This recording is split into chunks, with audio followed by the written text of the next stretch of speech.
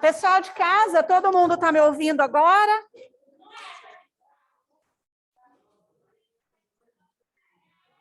Ok?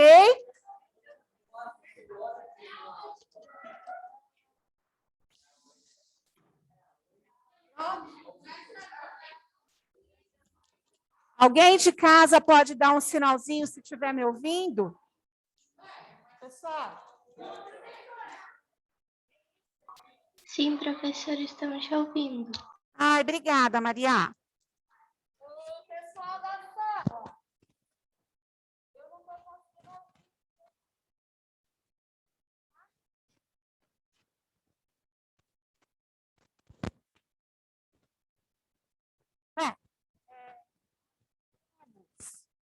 Na apostila, página 123.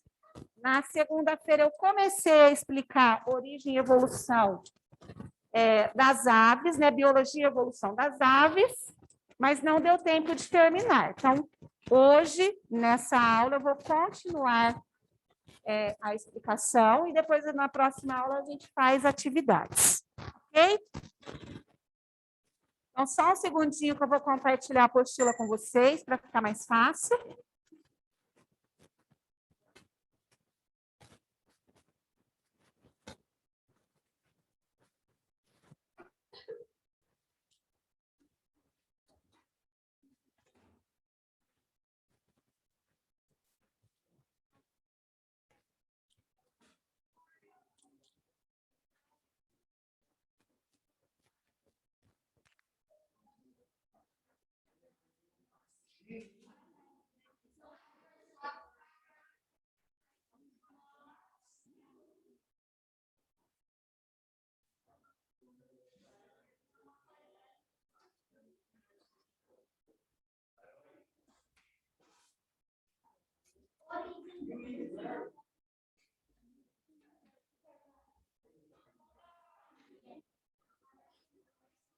Vou compartilhar a apostila com quem está em casa para ficar mais visível, tá bom? Ó, o pessoal de casa, vamos ver se assim dá certo, porque aí eu gosto de ir mostrando na apostila, e se eu compartilho, eu acho que vocês não conseguem ver o que eu grifo, né? Vamos deixar assim. Aí, se ficar ruim, todo mundo com a apostilinha aí em cima da mesa, e aí eu vou falando, vocês vão localizando. Eu acho que assim fica melhor.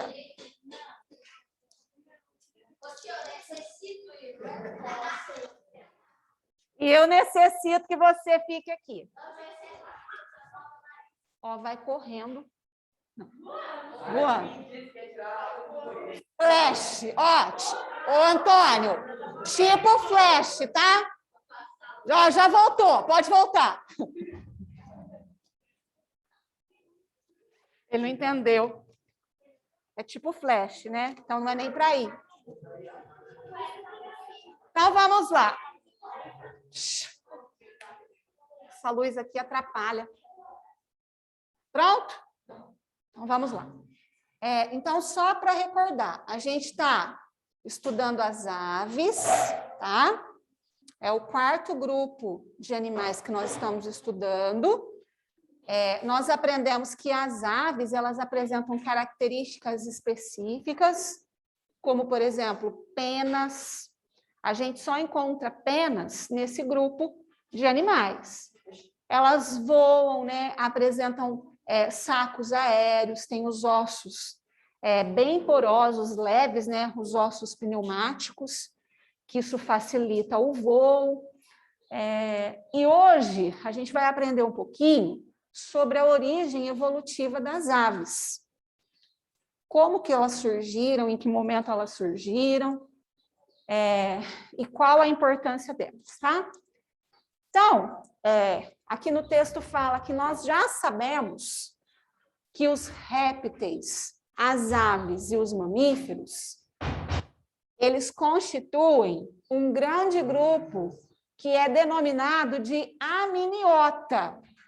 Então, essa palavrinha aqui é importante. Certo? O que significa isso? Significa que são animais que desenvolveram um ovo, né, com casca. Esse ovo, no seu interior, ele vai apresentar aí, então, características que permitem com que esse serzinho, embriãozinho que existe lá dentro do ovo, consiga crescer, se desenvolver, sem estar ligado ao corpo da mãe, tá? No caso aqui de quem? Dos répteis e das aves. Nos mamíferos, é diferente, porque o desenvolvimento em mamíferos é interno, o desenvolvimento do embrião é interno, acontece dentro do corpo da fêmea. Mas no caso aqui dos répteis e no caso das aves, esse desenvolvimento é externo, ele acontece dentro de um ovo. Então, quando a gente fala aqui, né, de animais amniotas, se a gente voltar um pouquinho lá na página, é simples, para vocês poderem entender, ó. 7, tá? Aqui nós já até grifamos isso aqui, lá no finalzinho do texto fala assim, ó. Olha lá, ó.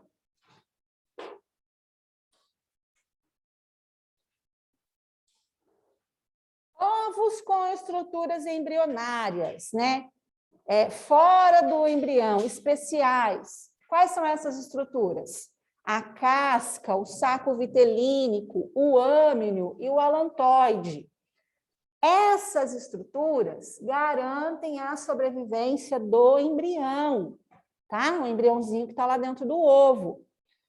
E essa sobrevivência, esse desenvolvimento embrionário, ele acontece independente da água. Lembrando que os anfíbios, para que ocorresse esse desenvolvimento, precisava ter a água. Aonde é que acontecia a fecundação? Na água, né? No caso dos sapinhos, lembra? Eles têm uma fase larval que eles necessitam da água. Fora da água, eles morrem. E aí, depois dos anfíbios, quando a gente passa para répteis, a gente percebe que eles já adquirem uma característica de sobrevivência fora da água. Então, isso é um marco muito importante, tá? A independência da água.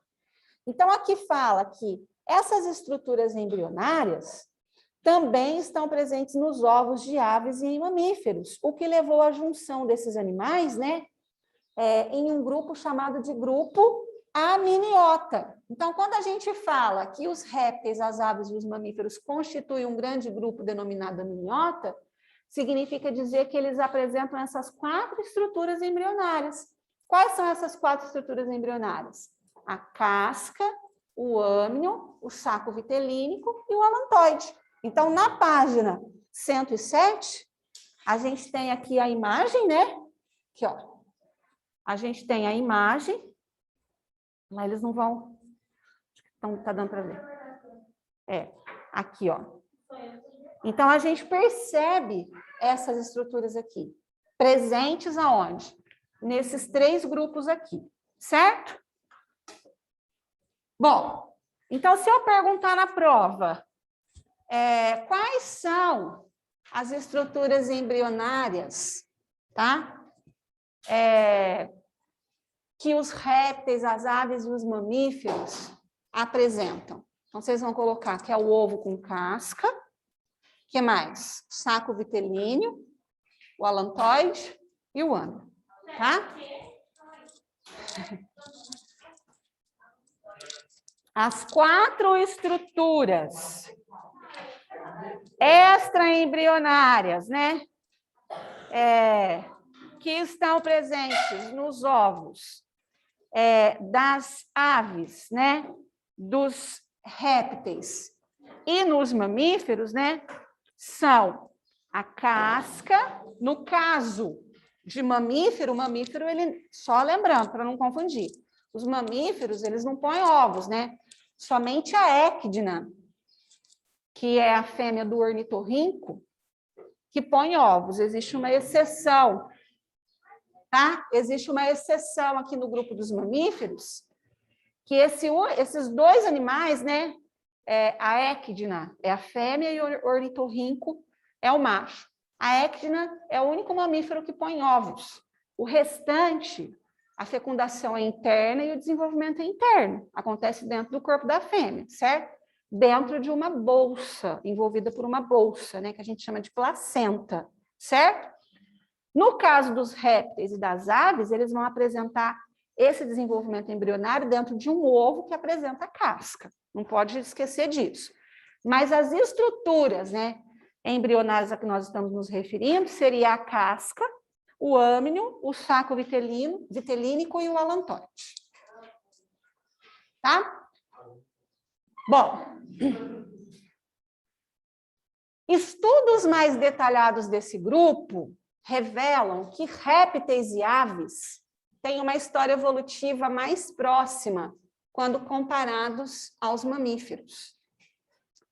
Os crocodilos são os répteis vivos, cujo parentesco é mais próximo das aves atuais. Esses dois grupos juntos são chamados de arcossaura, tá? Quando analisamos a fundo esse grupo mais abrangente, notamos que os dinossauros eles eram o quê? Répteis gigantes, tá? Eles eram grandes répteis, né? Gigantes. Então, quando nós analisamos a fundo esse grupo mais abrangente, nós notamos que os dinossauros também pertencem a ele e apresentam um ancestral em comum com as aves, constituindo um grupo que recebe o nome de dinossáuria, tá? Dinossáuria. Agora a gente vai ver a árvore filogenética para a gente poder entender como se deu essa evolução, né? E como é esse grau de parentesco. Oi.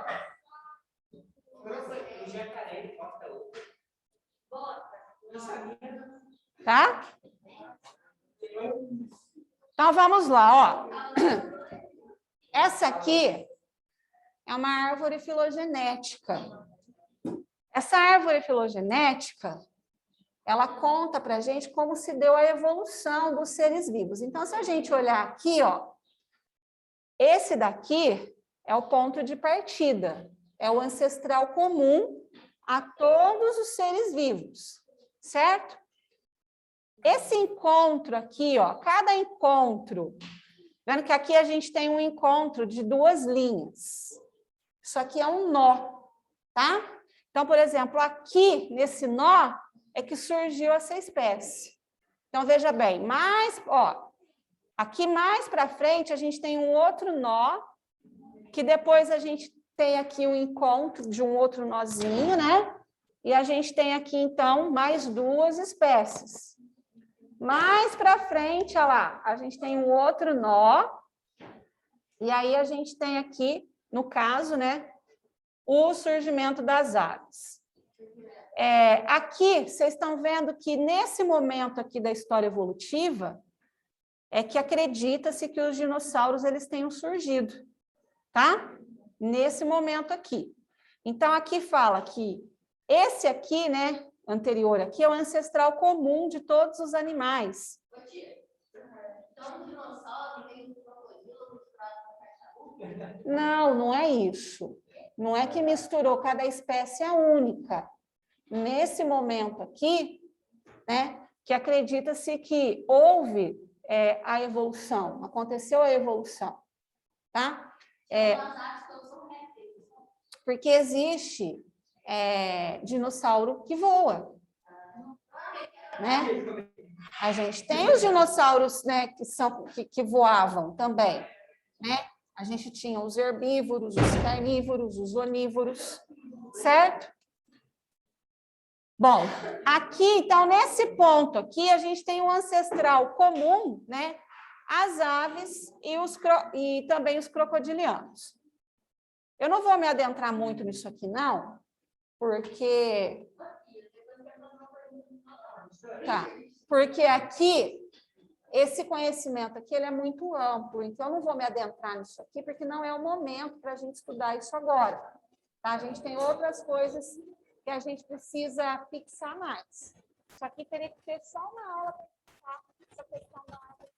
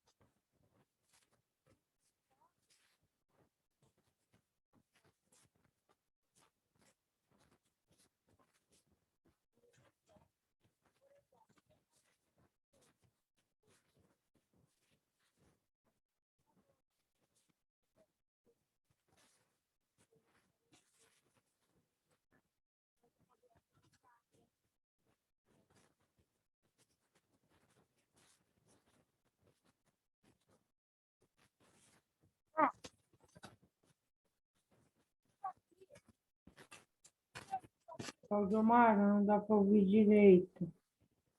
Melhorou? Fala de novo. Agora está me ouvindo melhor? Parece que você está engolindo o microfone, não dá para ouvir direito. Agora, dá para ouvir melhor?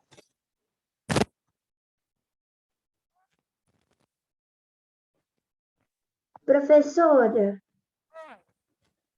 a gente não está nem ouvindo e nem vendo direito.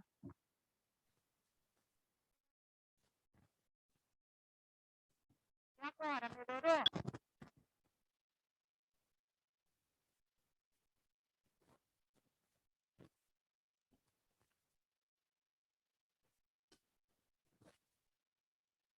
Agora, pessoal de casa, melhorou ou piorou?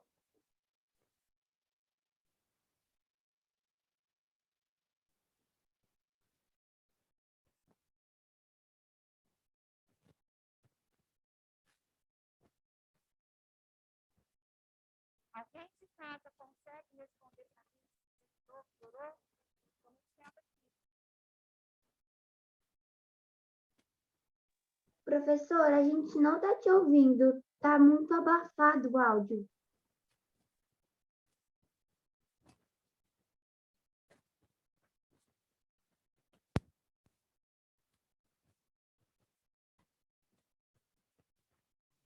Professor, o áudio tá muito ruim.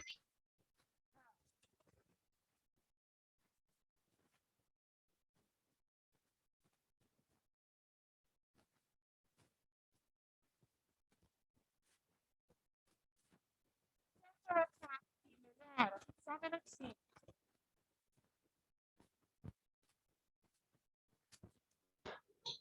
E agora?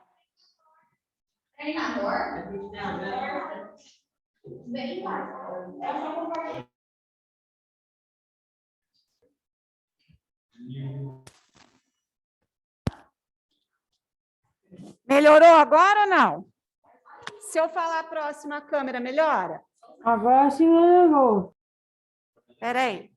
Professora, mas aí você pode arrumar a câmera, por favor? Aí. Agora tá bom, obrigada.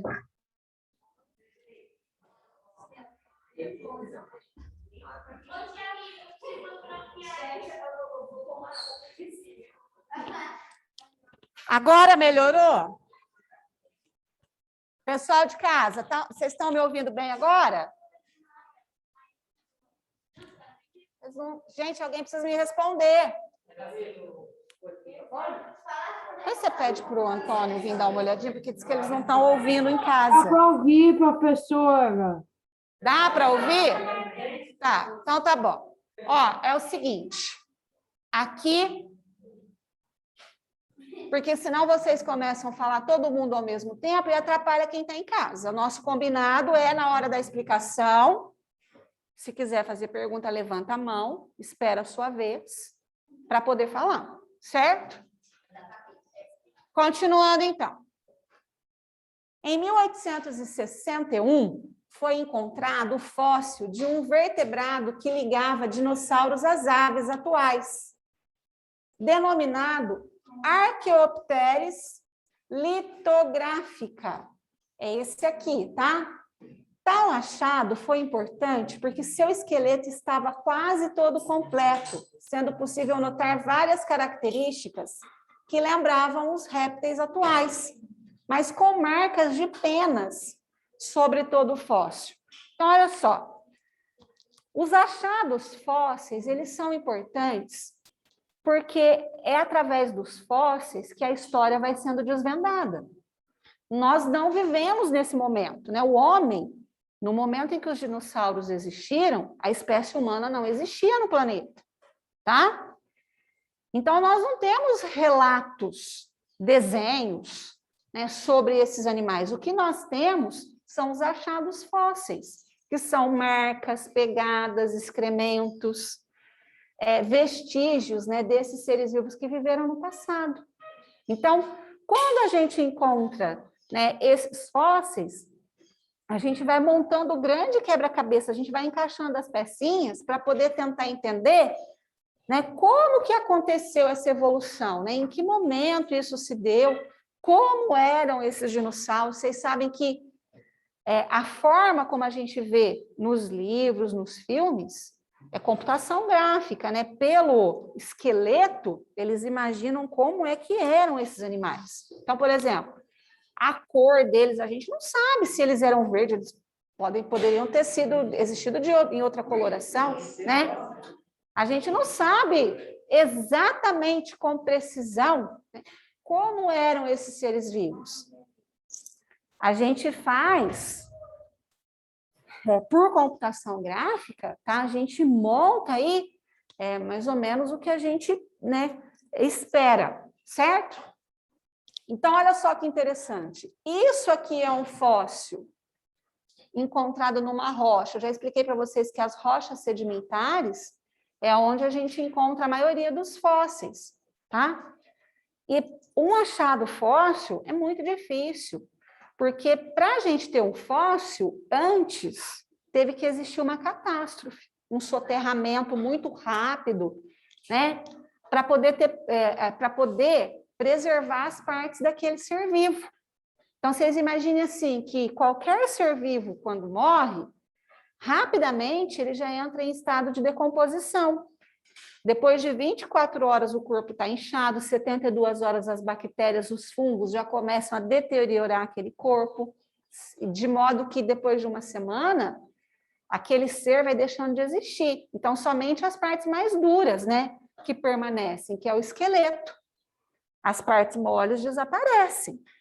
Então, como é que a gente consegue entender, né, que esse animal ele era dessa forma? Porque quando ele sofreu esse soterramento, ele deixou uma marca naquela terra mole, como se fosse um carimbo, tá? Aí ele se decompôs, a parte mole, mas ficou o desenho. Vocês estão vendo que a gente consegue ver o desenho dele? E preservou a estrutura óssea dele, de como ele morreu ali? Então, para estudo, isso aqui é muito importante, tá? Os paleontólogos, né, que são os cientistas que estudam através da paleontologia esses achados fósseis, né? Quando se depara com algo assim, é maravilhoso. É como se estivesse achando um diamante, uma pedra preciosa para eles. Porque essa observação aqui vai contar essa história que a gente tanto quer saber a respeito desses seres vivos que viveram no passado, tá? Então, olha só. Então, aqui a gente tem o fóssil do Archaeopteryx, né? Litográfica. É um nome científico, né? A primeira, no caso aqui se refere a Archaeopteryx, se refere à ave, né? Ou à ave original. Então, esse animal, né, estima-se que ele viveu durante o período Jurássico, em torno de 150 a 180 milhões de anos. Eu já expliquei para vocês, o nosso tempo hoje ele é contado em anos, né? Então, eu tenho tantos anos, você tem tantos anos, e a gente até costuma dizer assim que o número de anos é quantas voltas a gente deu ao redor do Sol. Então, por exemplo, você tem 15 anos, significa que você, junto com a Terra, deu 15 voltas ao redor do Sol já, né? E a história da Terra não dá para ser contada em anos, porque a Terra tem 4,5 bilhões de anos. Então, para a gente poder entender o que aconteceu nesse período, desde o surgimento da Terra, né, até os dias atuais, a gente divide a história da Terra em eras. Então, por isso que existem as eras geológicas. As eras geológicas são períodos, né, em que a gente coloca ali, estipula a idade de tanto a tanto e o que aconteceu naquele período. Então, eu já até mostrei para vocês, né, essas eras geológicas. Então, lá no período Jurássico, tá? Que corresponde a 150, 148 milhões de anos atrás, né? É que estima-se, né, que acredita-se que os dinossauros eles tenham existido. No início da década de 1990, foram encontrados fósseis bem preservados de aves primitivas no Nordeste da China, importantes para que os cientistas pudessem fazer correlações evolutivas entre os dinossauros e as aves atuais. Algumas características compartilhadas entre esses dois grupos são presença de penas, né, que é o que caracteriza aí o grupo das aves. Depois a gente tem esqueletos, né, semelhantes, presença de sacos aéreos, postura de descanso com a cabeça embaixo dos membros anteriores, incubação e cuidado com as crias, entre outros. As aves ancestrais muito provavelmente não voavam, por isso o surgimento do voo é uma questão intrigante na evolução das aves. Em que momento essas aves adquiriram a capacidade de voar? O que fez com que elas adquirissem essa capacidade de voar? Então, olha, atualmente há pelo menos duas explicações para a origem do voo das aves, né? Então, vamos grifar isso aqui que é importante. A primeira explicação, ela defende que as aves ancestrais, elas viviam no topo das árvores e planavam de um galho para outro. Já a segunda defende que as aves ancestrais eram corredores bípedes e começaram a voar correndo ou saltando. Com certeza a gente sabe o que aconteceu? Não, a gente tem hipóteses, a gente tem suposições. Talvez no futuro, com o que vem ocorrendo com o planeta, né? Derretimento das geleiras, talvez a gente consiga entender isso, porque existe muita história também debaixo da neve, tá? Então, talvez no futuro... Sim, né? Então, talvez no futuro a gente consiga, né, montar aí com mais afinco esse quebra-cabeça, saber, né, o que realmente aconteceu, certo? Então, aqui a gente tem uma ilustração gráfica de uma possível reconstrução, né, do Archaeopteryx litográfica, né, o dinossauro do período Jurássico, que tinha características semelhantes às das aves e dos répteis. Olha, gente, tudo que a gente vê, quando a gente assiste Jurassic Park, né, essas animações, esses filmes de dinossauro, tudo que a gente vê lá se aproxima muito, talvez, da realidade, mas a gente não sabe com certeza se eles existiram daquela forma, daquele jeito, né? O maior erro, né, nesses filmes é colocar o ser humano junto com os dinossauros. É um filme de ficção científica, porque os seres humanos, eles não viveram nesse momento. Até esses dias atrás, a minha filha perguntava, né? Ela falava para mim assim, mamãe, mas existe dinossauro, os dinossauros existiram só no Brasil? Eu falei, não, em todo o planeta. Ah, mas como você sabe, né? Aí eu falei para ela, devido aos achados fósseis, a gente não achou fóssil de dinossauro somente no Brasil, em outros locais do mundo também, né? E aí eu contei para ela que existe muita história enterrada, que só com o tempo é que isso vai ser descoberto. Quando é que eles descobrem esqueletos, né, de dinossauros? Quando eles vão construir rodovias, que eles precisam cavar, né?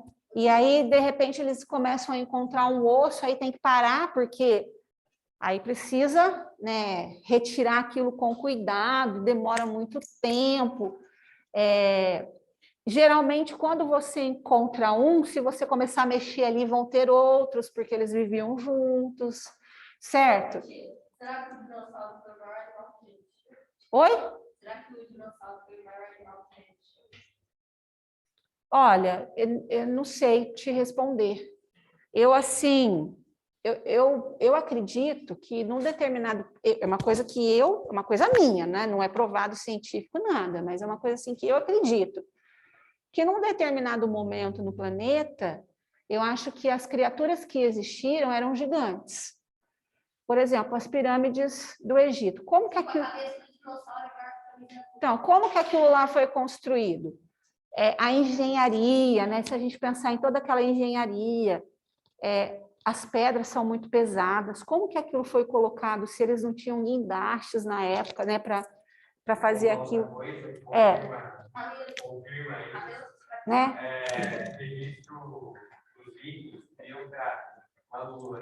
Então, né?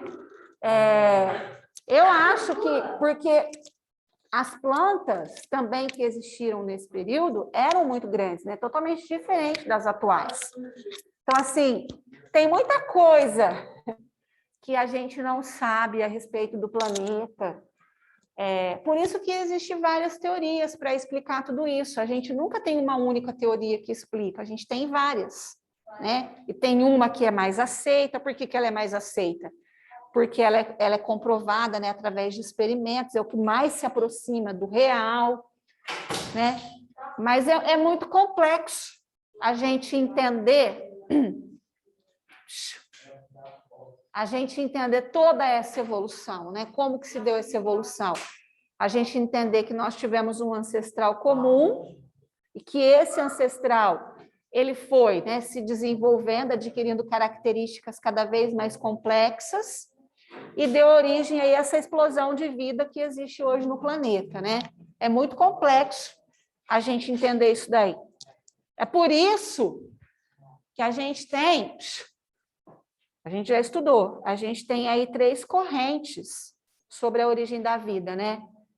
A panspermia cósmica, que é uma corrente que acredita que a vida não surgiu aqui, que ela foi trazida através de meteoros que caíram na Terra de outros planetas, né? A gente tem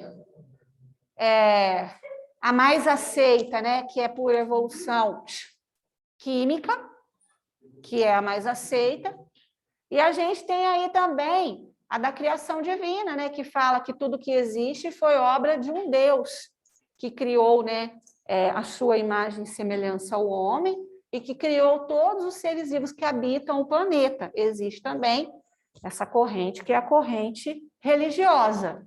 Como nós não existimos, assim, a gente nesse momento, a gente não assistiu de camarote como tudo isso aconteceu, então a gente vai fazendo essas suposições, né? E existem essas hipóteses. Segundo as experimentações, né, a teoria mais aceita é a por evolução química, até que alguém não descubra algo diferente, né, essa teoria é a teoria que melhor explica a origem da vida. Mas essa é a maior pergunta, é o que todo cientista, né, quer responder. Muitos deles não conseguem, ficam loucos. Vocês sabem que a maioria dos cientistas são ateus, eles não acreditam em Deus, porque para eles explicarem a origem da vida, eles não podem acreditar em um Deus, né? Porque o que eles tentam provar é o contrário. E muitos deles não conseguem provar o que eles querem e acabam, então, deixando de ser ateus e acreditando que realmente, né, existe uma força, um Deus, uma divindade, algo sobrenatural que criou tudo que existe, né? Eu já assisti muito documentário de cientista que era ateu e que no final da vida não consegue provar o contrário, né? E acaba deixando de ser ateu e acaba acreditando, né, que a única maneira de tudo isso existir é através de alguma força sobrenatural, né? Que as pessoas chamam de Deus. Bom, importância ecológica. Qual que é a importância ecológica das aves? Tudo que a gente aprende, né? O que a gente estuda, a gente precisa voltar também, né, para o papel daquele ser vivo no meio ambiente. Qual que é o papel dele na cadeia alimentar? Qual que é a importância ecológica que ele tem no planeta? Lembrando que todo ser vivo, ele tem uma função aqui no planeta, né? Ou ele é preso, ou ele é predador, faz parte de uma cadeia alimentar, e ele, então, é importante, porque a gente sabe que um desequilíbrio na cadeia alimentar interfere na relação entre todos os seres vivos que fazem parte dela. Tá? Então, qual que é a importância ecológica das aves? As aves, então vamos grifar isso daí? elas têm grande importância para os ecossistemas. Por quê? Porque elas atuam na manutenção do equilíbrio ecológico de maneira geral. Elas apresentam hábitos alimentares diversos. O que significa isso? A gente tem aves que se alimentam somente de plantas. A gente tem aves que são carnívoras, que se alimentam somente de outros animais. E a gente tem as onívoras, que se alimentam tanto de plantas como de animais, certo? Então, isso colabora para o controle populacional de muitas espécies.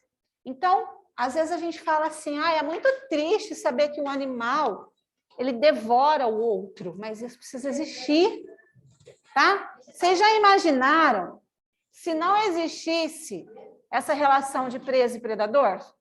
Nós não teríamos mais o planeta como nós temos hoje, né?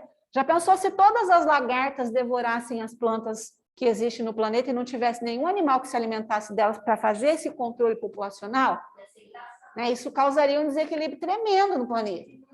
Então, olha, as aves de rapina, né, também contribuem para o controle populacional de muitas espécies de mamíferos e de outros vertebrados, né? As árvores de rapinas são aves caçadoras, né? Muito eficientes, né? O gavião é uma ave de rapina.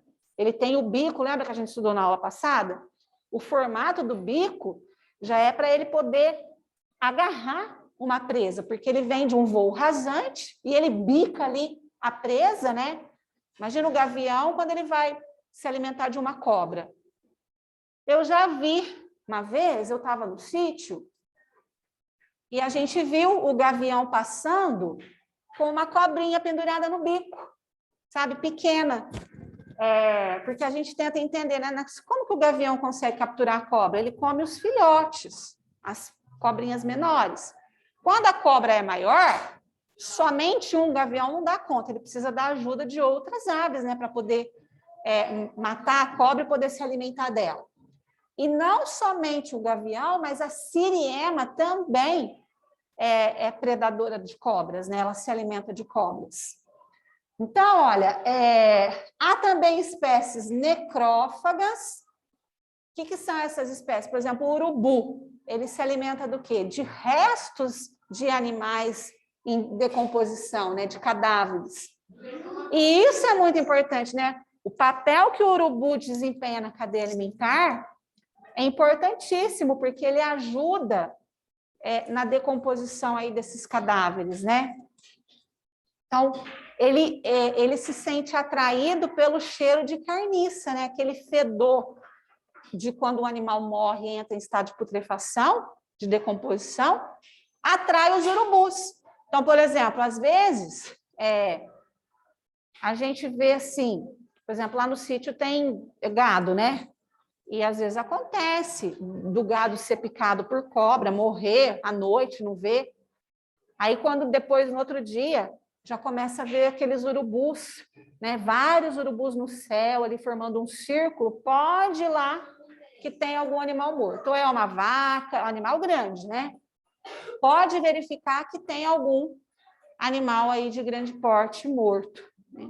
Que eles são atraídos pelo cheiro. Como eu falei para vocês, depois de 24 horas, o estágio de decomposição ele já começa a avançar, tá? Eu estava lá no skate na pista, aí foi um lagartão lá e caiu no rabo.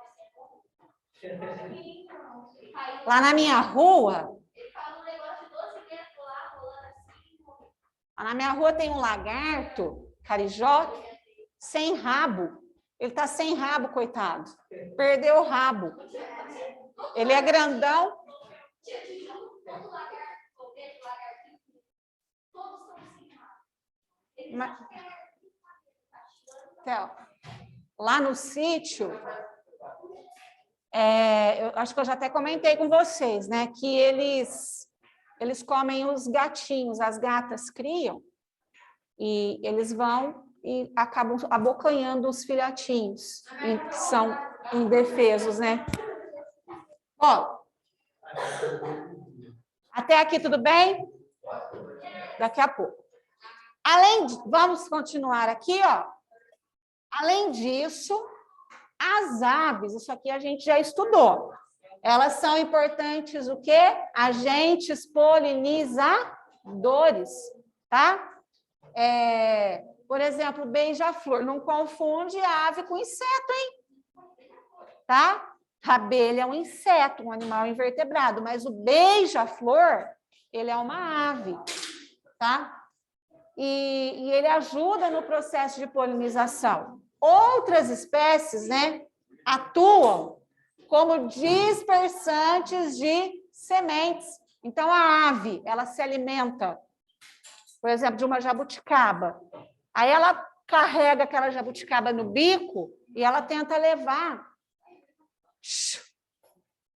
E ela tenta levar para outro local. E no caminho do voo, a jabuticaba acaba caindo, né? E aí, então, o que vai acontecer? Ali na onde ela caiu, futuramente pode surgir um pé de jabuticaba. Então, as aves, elas são o quê? São importantes porque elas atuam na dispersão das sementes. Lembra que eu expliquei para vocês? Às vezes, no meio do pasto, tem jabuticaba, goiabeira, tem pé de limão. Ninguém plantou, mas não nasceu sozinho. Foram as aves, né, que no seu voo, carregando alguma sementinha, ou às vezes elas até comeram o fruto, e na hora que fizeram o cocôzinho, a sementinha saiu ali no cocô, e aonde caiu, deu força, né, para surgir ali uma nova plantinha. Quando uma ave se alimenta de determinado fruto, acaba ingerindo suas sementes. Como são capazes de voar, levam consigo tais sementes para outros locais, onde são liberadas juntas com as fezes, promovendo o plantio e a perpetuação de muitas espécies arbóreas. Há uma técnica de recuperação de áreas degradadas que consiste na colocação de puleiros, né, nesses locais, na expectativa de atrair o pouso das aves e, por consequência, proporcionar também aí a dispersão das sementes. Aqui a gente tem, então, o beija-flor, tá? Que é uma importante ave, né, polinizadora. Aqui a gente tem o trio, parada dura. Eu não sou desse trio, não, é? Falar nada não, hein? Ó, só voltando aqui, nós temos um QR Code para vocês apreciarem, né, sobre as quiaves. A gente tem aqui um outro QR Code que fala, né, sobre a aerodinâmica das aves. A gente tem também aqui um outro QR Code que fala a respeito, né, de como o ovo se forma dentro da galinha, que é uma curiosidade muito grande que os alunos têm. Berços da vida, ninho de aves brasileiras. E a gente tem aqui esse QR Code falando a respeito da ornitologia, tá? E no para ir além, a importância econômica das aves.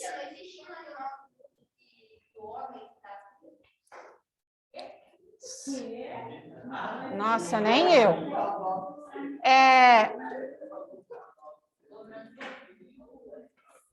Só um minutinho. Eu vou colocar aqui para vocês.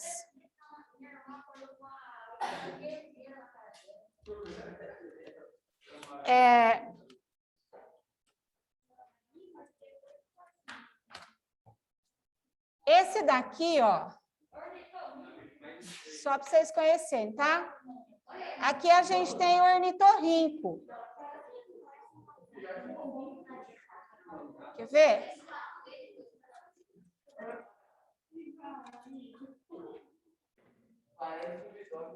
Tá? Essa daqui, que parece um porco-espinho, é a equidna, tá?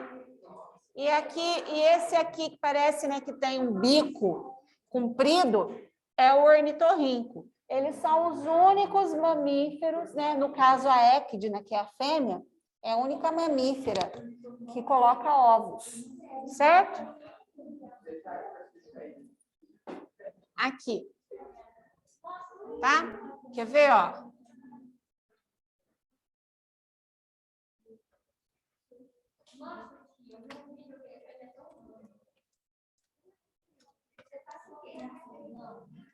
Olha aqui, né?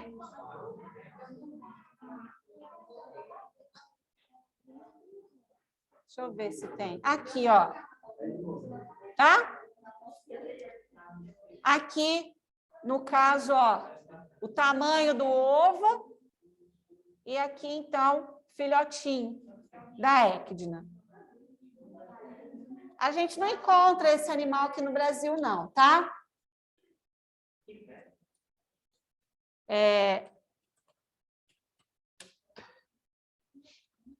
Vamos ver se tem aqui.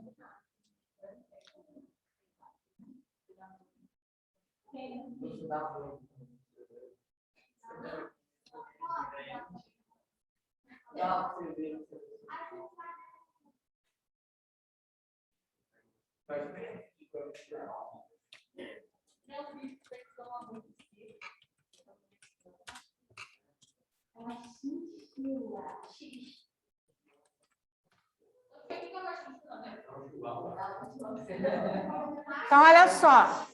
Aonde é que a gente encontra esses animais, né? Na Austrália e na Tasmânia, certo? Ok? Bom, continuando aqui, ó.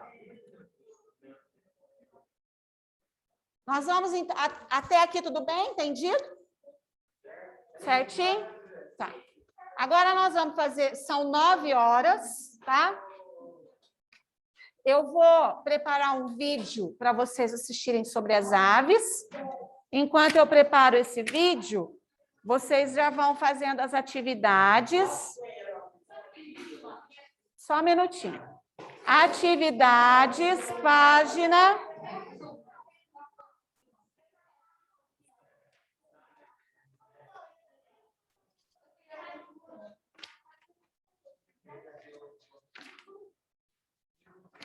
Ó, eu não sei o que está acontecendo, mas está muita conversa aqui na sala. Eu não estou gostando, não. Ó, atividades, página 126, 127, até o para conferir da 129, tá?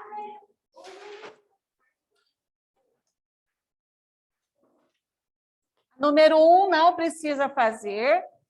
Vocês vão fazer, depois eu faço ela aqui com vocês, né? Da número 2, da página 127, até o para conferir da 129. Ok? Então, vocês vão fazendo agora, até o para conferir. Enquanto vocês vão fazendo, eu vou preparar o vídeo para vocês assistirem.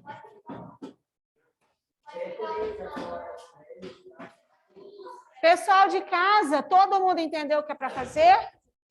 Alguma pergunta, alguma dúvida? Então, vamos.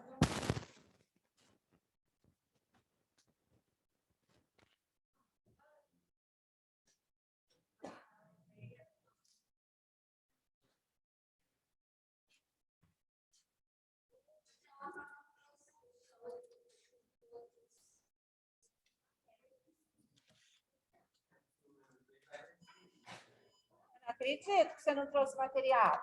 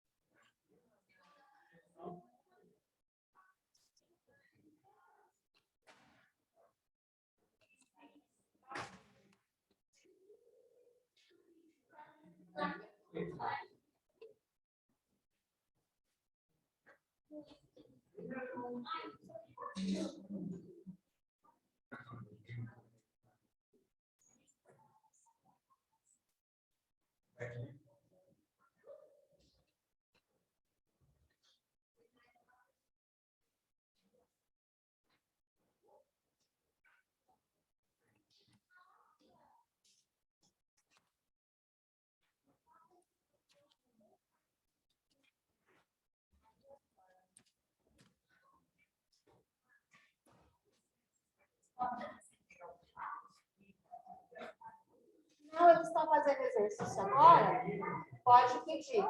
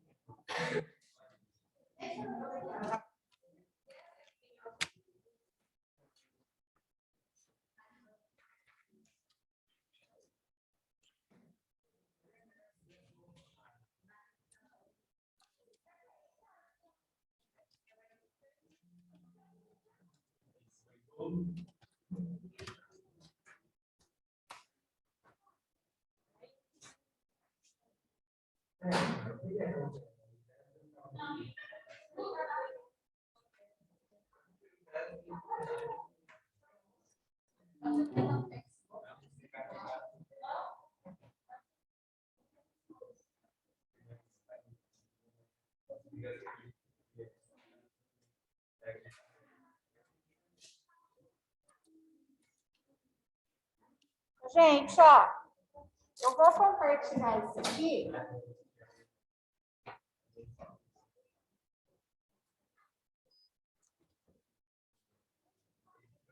Deixa o pessoal voltar.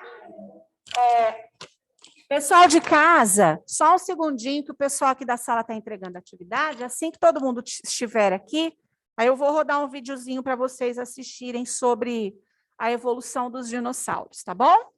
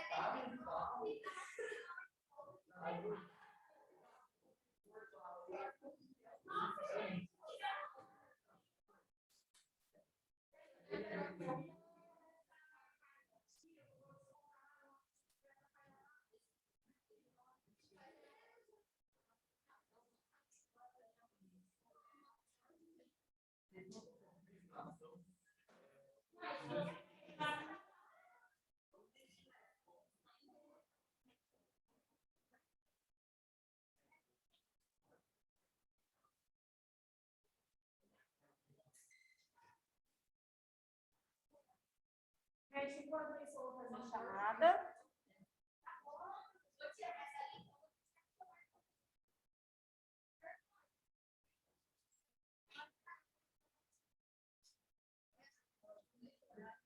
Não, deixa eu olhar a resposta, não. Bonitinho. Como eu estou fazendo uma gentileza para ele não vai passar para ele.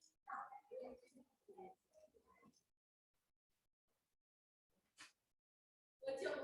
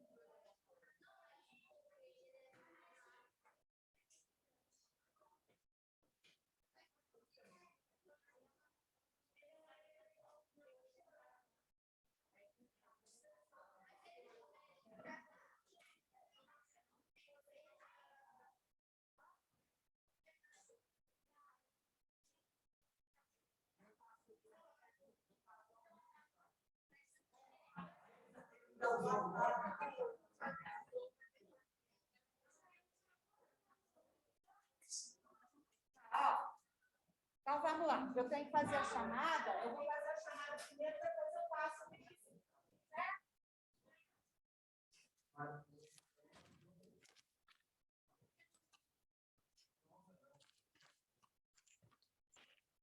Pessoal de casa, vamos lá, chamada.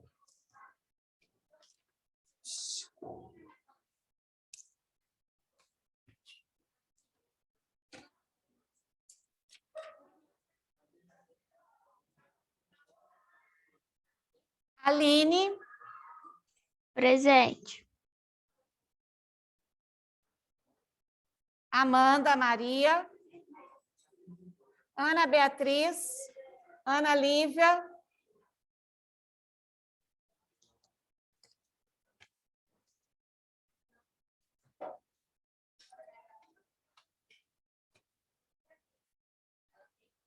Antônio, Arthur, Davi, Fabrício, Presente. Gabriel Modesto, Presente. Guilherme De Pauli, Guilherme Pieretti,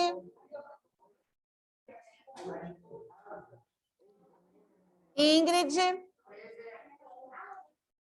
Isabela, João Gabriel, José Ricardo, Júlia Andreazzi,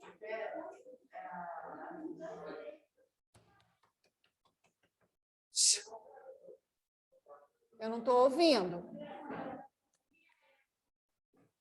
Júlia Andreazzi. Cauê. Laís. Lara. Lara Veloso. Laura. Laura. Leonardo. Lorena. Maria Eduarda. Presente. Maria Luísa Lopes. Maria Luísa Manzoni. Presente. Maria Vitória. Maria. Nicole. Pedro Tinte. Pedro Zanello. Presente. Pedro Voltarelli. Renato. Rian.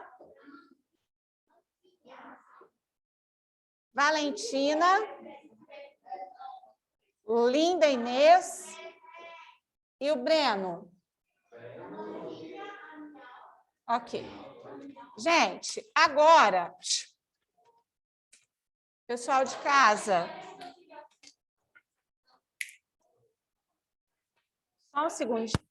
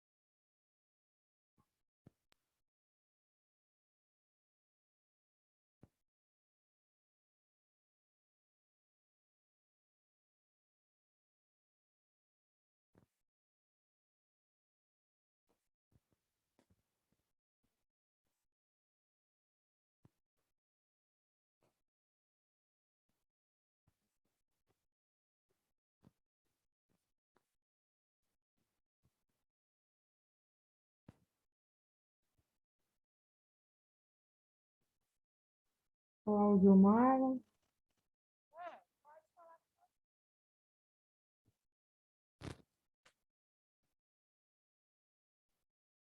Não dá para ouvir direito.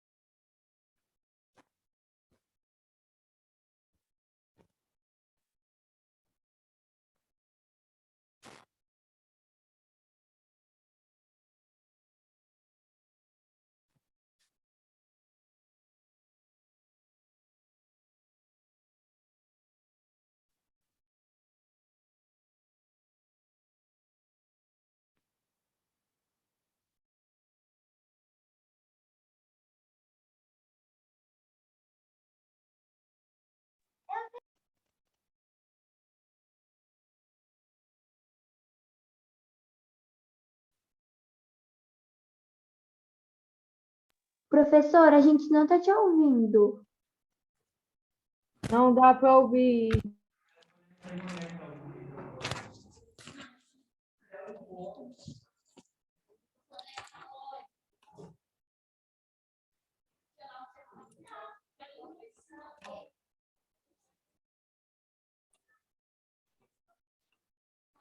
Melhorou agora? Agora está conseguindo ouvir? Sim, até demais. Então tá bom. Ó. Eu vou compartilhar o vídeo com vocês.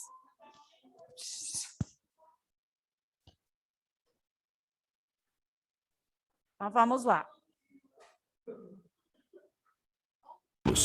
Este é o Quetzalcoatlus, o maior animal voador de todos os tempos, com uma envergadura de cerca de 10,5 metros.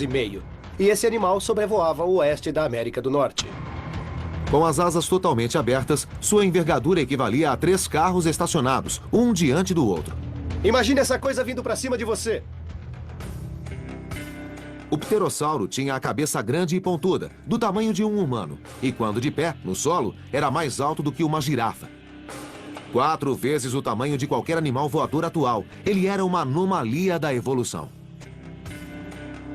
Mas quais pressões ecológicas levaram esses animais enormes para o céu? E como isso foi fisicamente possível?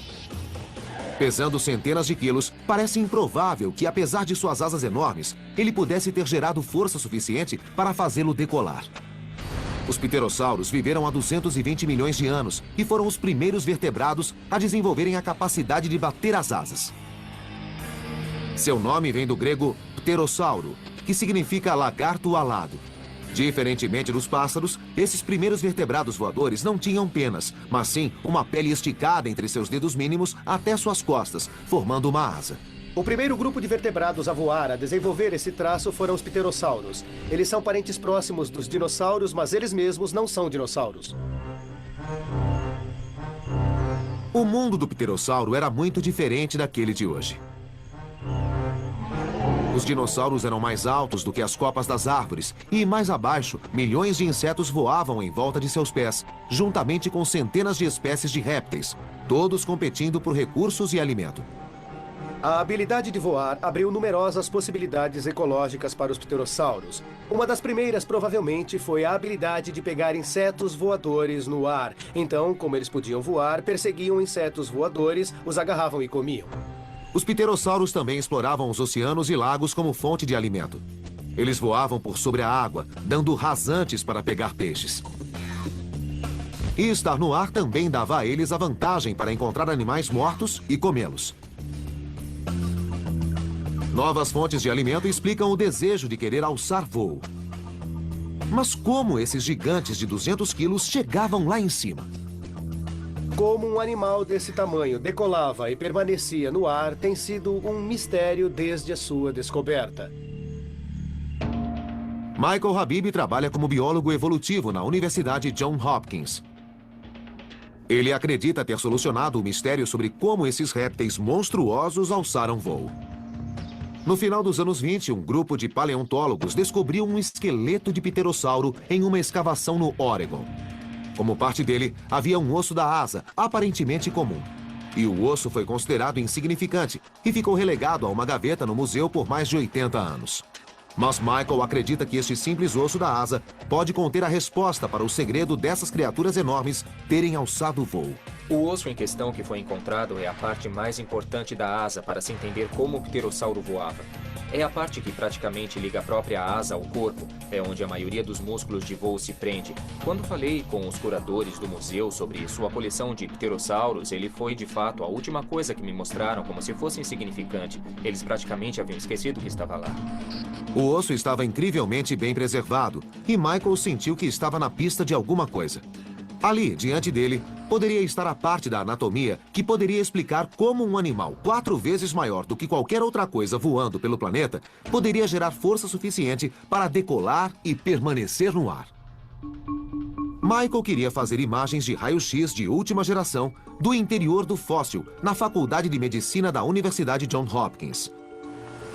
A primeira coisa que ele notou foi algo que os paleontólogos já sabem há tempos sobre os ossos de pterossauros. Eles são ocos. O fato de serem ocos permite aos ossos serem bem grandes e que seu diâmetro seja bem largo. Isso faz com que sejam muito fortes. Significa que podem aplicar muita força muscular a eles e os ossos aguentarão. Este osso, contudo, não era completamente oco. Michael notou algumas protuberâncias estranhas dentro do osso, que se pareciam com vigas de sustentação, semelhantes aos arcobotantes de uma catedral, que evitam que as paredes cedam. Eles estão dispostos em direções específicas, e a direção mostra onde o osso precisava de mais reforço, onde precisava de maior pressão de dentro para fora para evitar seu colapso. Com essa descoberta, Michael foi capaz de descobrir a utilidade desse osso. Ele era usado para ajudar a impulsionar os pterossauros, como o Quetzalcoatlus, de 200 quilos, e tirá-lo do solo, semelhante a um mergulhador usando um trampolim. Na verdade, para os animais voadores, a decolagem é muito exigente e muito difícil, pois eles tendem a acumular muita velocidade em um período de tempo muito curto. Para sair do solo e alçar voo, um animal precisa gerar muita força, e isso requer muita potência muscular. Nos pássaros, vemos isso mais nas pernas traseiras, porque no caso deles não são só as asas que tiram o pássaro do solo. Na realidade, são as pernas. As pernas dão a eles o impulso inicial para que ganhem o ar. A descoberta desse sistema de suportes nos ossos sugere que os membros dianteiros eram fortes o bastante para tirar o pterossauro do chão e lançar seu corpo imenso no ar. Portanto, suas asas eram mais do que apenas um meio para voar. Na verdade, eram pernas dianteiras, que usavam para andar e que os ajudavam a decolar. A descoberta de Michael pode muito bem pôr fim ao debate persistente sobre como esses primeiros vertebrados voadores alçaram voo. Mas a pergunta persiste. Por que não existe nada deste tamanho voando hoje? A resposta pode ser o próprio tamanho desses animais. Animais grandes precisam de mais comida para se sustentar, e em épocas de dificuldade ou catástrofe ambiental, animais como esse, o pterossauro, que tem uma envergadura de 10,5 metros, teriam muito mais problemas para se alimentar do que um pássaro da fração de seu tamanho. Seu tamanho pode ter causado sua extinção. E a inspiração dos pássaros? Não foram os pterossauros, mas predadores que não voavam. Ironicamente, a resposta sobre como as aves alçaram voo pode estar no chão. Grandes aves que não voam, como os emus, ajudam a rastrear a origem do voo avicular, porque acredita-se que os pássaros evoluíram não dos pterossauros alados, mas dos dinossauros, que viviam no chão. Este animal, o emu, é um dos únicos que restaram aqui na Terra que talvez possa nos dizer qual era a aparência real dos dinossauros não aviculares e como eles agiam. Por exemplo, veja os pés de um emu. Ele tem escamas nos pés, como um réptil, e ele também tem dedos que sustentam peso, como um dinossauro terópode não avicular. Os dinossauros terópodes andavam eretos e tinham pernas traseiras usadas para dar apoio e se movimentar, enquanto os membros dianteiros eram usados para agarrar e segurar presas. E o mais famoso era o temível Tiranossauro Rex. Se comparássemos o pé de um tiranossauro e o colocássemos ao lado do pé deste emu, veríamos muitas semelhanças e apenas algumas diferenças. Acho que a característica mais óbvia que os pássaros partilham com os dinossauros não aviculares, uma característica que herdaram dos dinossauros não aviculares, são as penas. Por muito tempo, acreditou-se que, entre os animais vertebrados, as penas eram exclusivas dos pássaros. Mas não era o caso. Milhões de anos atrás, alguns vertebrados não aviculares também tinham penas. Então agora sabemos que as penas não são exclusivas dos pássaros. As penas se desenvolveram inicialmente nos dinossauros não aviculares e é bem possível que tenham evoluído para algo além do voo, talvez para isolamento térmico ou para proteger seus ninhos. Mas, fora partilharem penas, como sabemos que os pássaros evoluíram dos dinossauros? E como esses animais terrestres foram capazes de voar? Nos últimos 200 anos, os paleontólogos começaram a encontrar evidências surpreendentes que ajudam a solucionar esses mistérios evolutivos na forma de fósseis incrivelmente bem preservados. O Museu Carnegie de História Natural, em Pittsburgh, abriga uma das maiores coleções de ossos de dinossauros do mundo. Entre eles, há pistas incríveis de como os pássaros, e posteriormente seu voo, evoluíram a partir dos dinossauros. Isto é um molde de Archaeopteryx, e quando ele foi descoberto, muito mais de um século atrás, deixou os cientistas pasmos, porque o fóssil tem uma mistura de características costumeiramente associadas a répteis e que também são associadas a pássaros.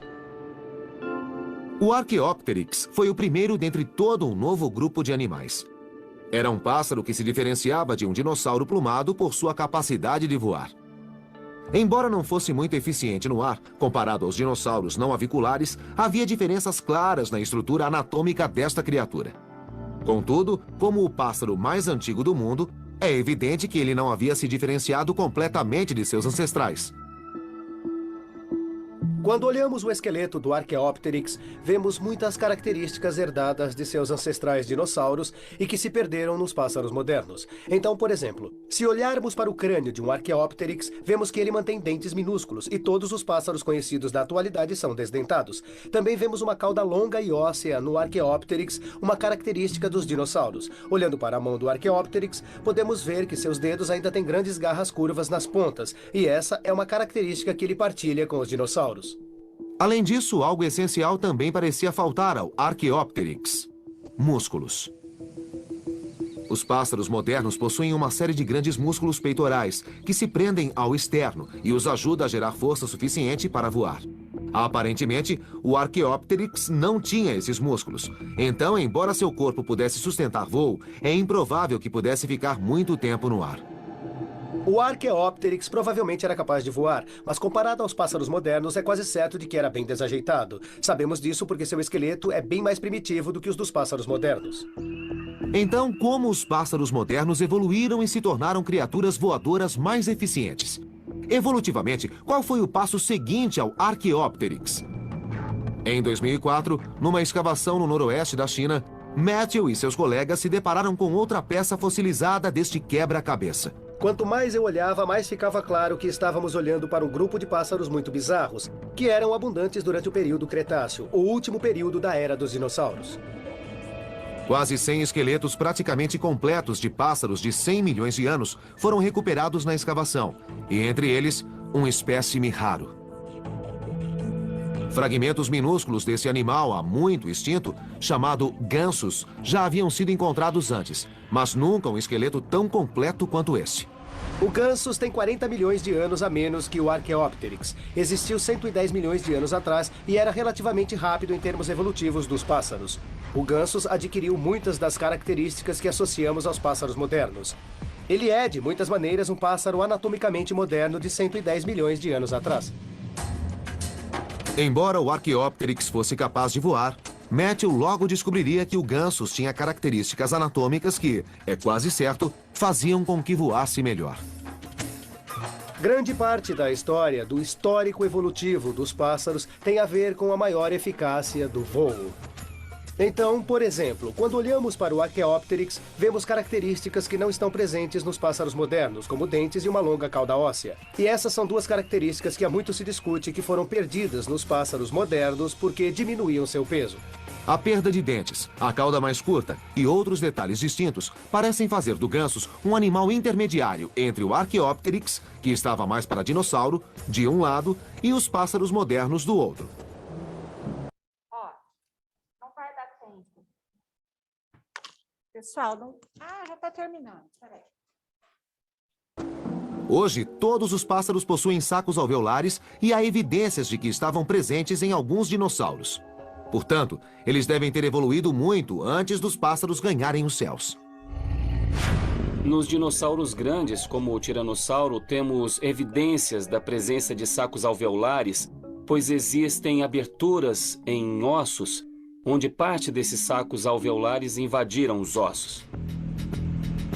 A anatomia que já havia evoluído em dinossauros que corriam pelo chão, como sacos alveolares e penas, receberam uma sintonia fina da seleção natural para produzir animais que voavam muito bem. Essa anatomia singular abriria caminho para 10 mil espécies de pássaros povoarem todos os continentes da Terra. Depois eu coloco no grupo para vocês terminarem de assistir, tá? Pessoal de casa, Tem gente que não viaja por causa dos preços das passagens. eu coloco depois o restante do vídeo no grupo para vocês terminarem de assistir, porque já bateu o sinal, tá bom? Então, façam as atividades que nós vamos corrigir na segunda-feira. Beijo para todo mundo, bye, bye, até segunda. Até. Até mais.